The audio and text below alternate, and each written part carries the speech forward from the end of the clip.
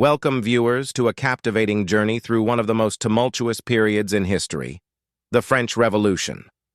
In this compelling exploration, we will delve into the heart of revolutionary fervor, uncovering the complex tapestry of events that shaped the destiny of a nation.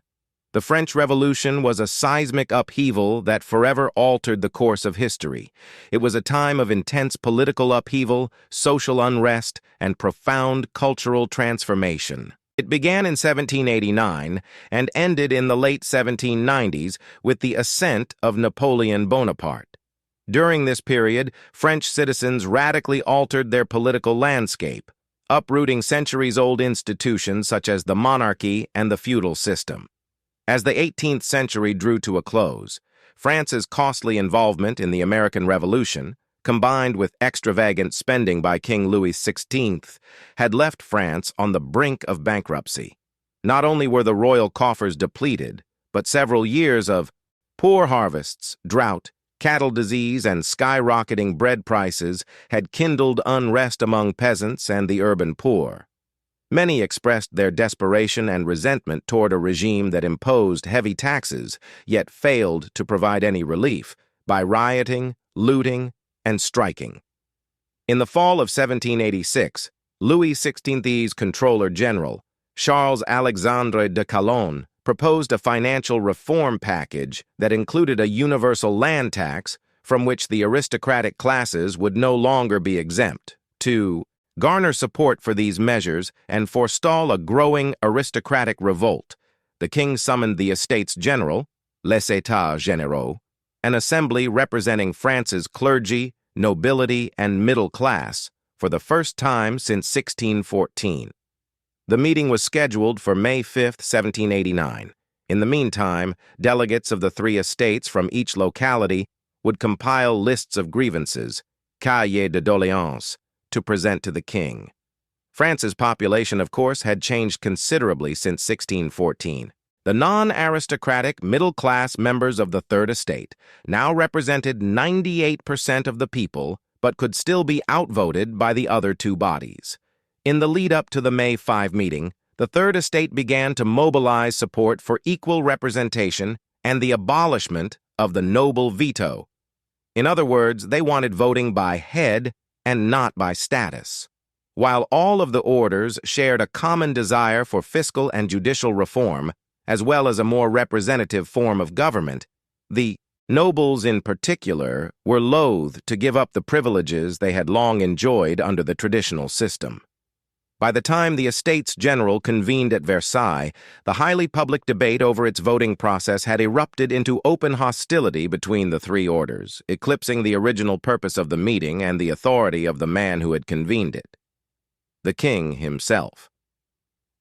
On June 17th, with talks over procedure stalled, the Third Estate met alone and formally adopted the title of National Assembly.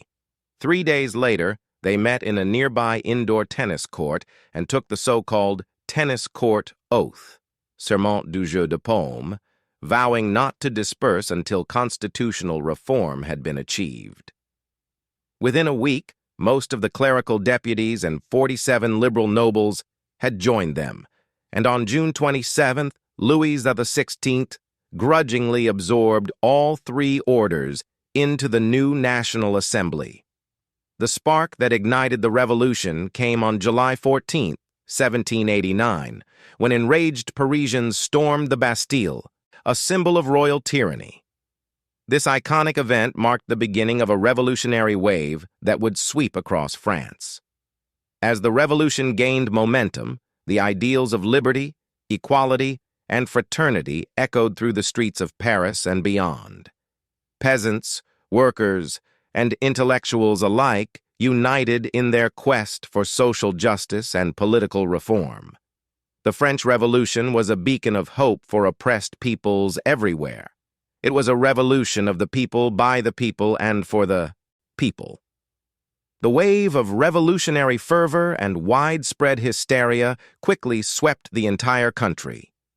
Revolting against years of exploitation, peasants looted and burned the homes of tax collectors, landlords, and the aristocratic elite. Known as the Great Fear, La Grande Peur.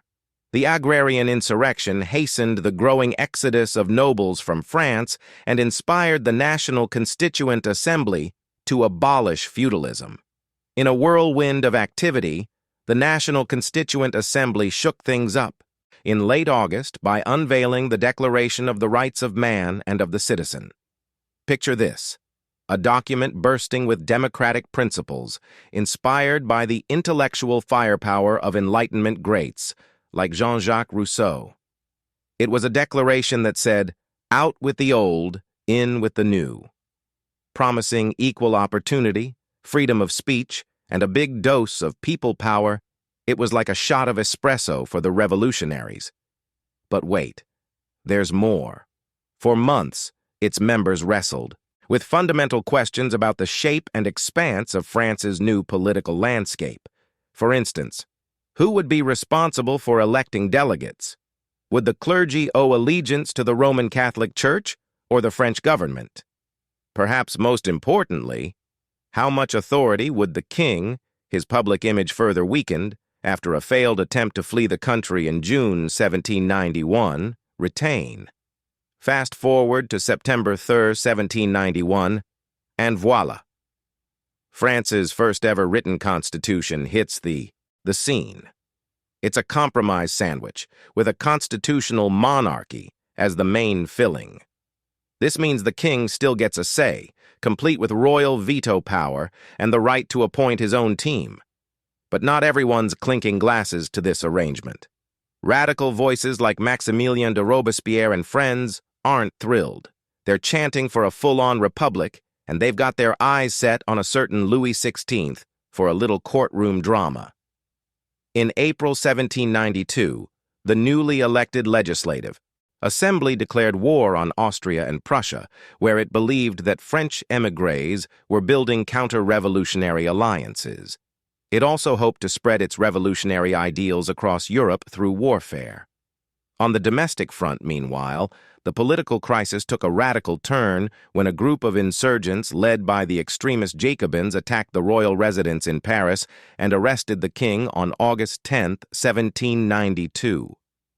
The following month, amid a wave of violence in which Parisian insurrectionists massacred hundreds of accused counter-revolutionaries, the Legislative Assembly was replaced by the National Convention, which proclaimed the abolition of the monarchy and the establishment of the French Republic. On January 21, 1793, it sent King Louis XVI, condemned to death for high treason and crimes against the state, to the guillotine. His wife Marie Antoinette suffered the same fate 9 months later, following the king's execution.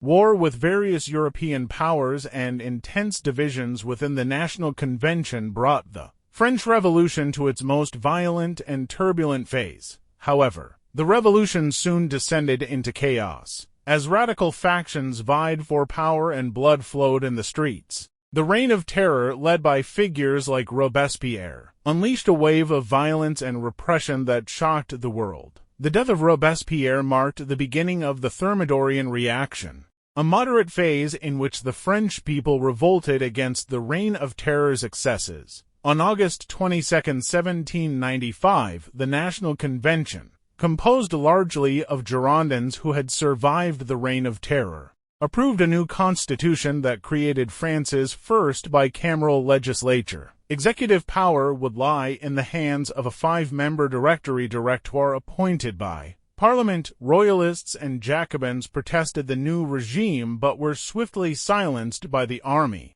now led by a young and successful general named Napoleon Bonaparte. Out of the chaos emerged a figure who would reshape the destiny of France, Napoleon Bonaparte. Rising from obscurity to become emperor, Napoleon would bring stability to a nation torn apart by revolution.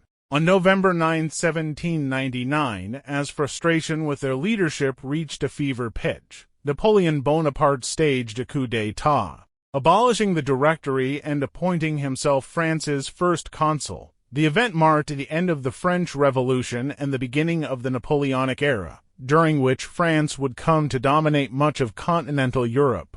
The French Revolution was a crucible of change that forged the modern world. Its legacy, The triumph of democratic ideals, the rise of nationalism, and the quest for social justice continues to resonate to this day. Join us next time as we continue our exploration of history's most fascinating chapters. Until then, remember to subscribe for more captivating content.